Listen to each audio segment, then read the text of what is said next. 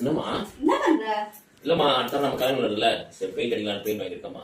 அது ஒண்ணுதான் இப்ப குறைச்சல். எவ்வளவு ஆச்சு இதெல்லாம்? என்னம்மா 10 லிட்டர் பெயிண்ட் வார்னிஷ் வேஸ்ட் அப்படின்னு பார்த்தா ஒரு 4000 ரூபாய் 5000 இருக்கும். நீங்க அடிச்சிருவியா?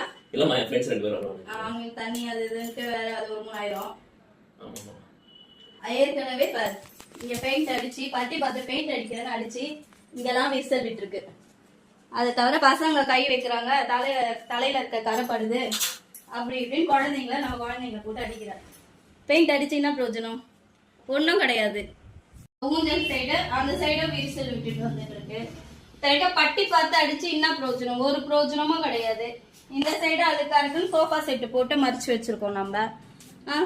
இது இதெல்லாம் ஏற கட்டணும் வேற. நானு நீ பெயிண்ட் அடிக்கிறேன்ற பேர்ல எல்லாத்தையும் கழிச்சு போடுவேன். நான் ஏற கட்டணும். ஏற கட்டுறதுக்கு உங்க அம்மா வருவாங்க இல்ல தங்கச்சி வருவாங்க. அதையும் நான் தானே பண்ணணும். அதெல்லாம் வீடு ஒன்றும் தேவை கிடையாது. இது பேர் எம்ஆர்எஸ்ல இருந்து வால்பேப்பர் வாங்கிட்டு வந்திருக்கேன். இது மொத்தமே 2500 ரூபா தான் ஆச்சு. Roll 8 role.